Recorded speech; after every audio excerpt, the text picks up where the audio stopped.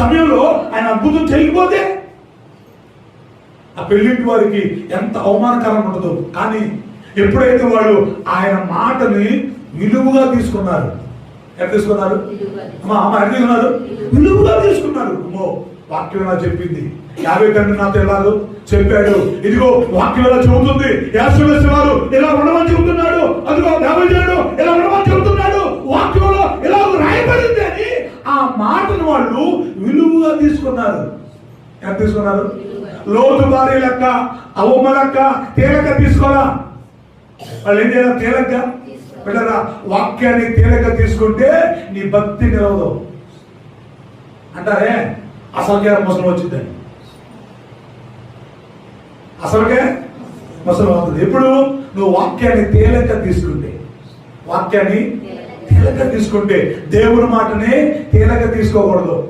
చూడండి, రాత్రంతా చేపలు పట్టాడు పెద్ద ఆయన, ఒక చేప కూడా దొరకల. సూర్యుడు పట్టు కూర్చోడు. యేసుమసి రాని వచ్చాడు, సిమోను నీ ధోని కొంచెం నాకు అయ్యా. సరే అని ధోనిచ్చాడు, విస్తారంగా వాక్యం చెప్పాడు. అయిపోయే సమయంలో నీ ధోని ఇంకొంచెం లోతు నడిపి అన్నాడు. ఇంకొంచెం లోతు నడిపించాడు. ఇప్పుడు నీ కుడి పక్కన మాధవేమన్నాడు.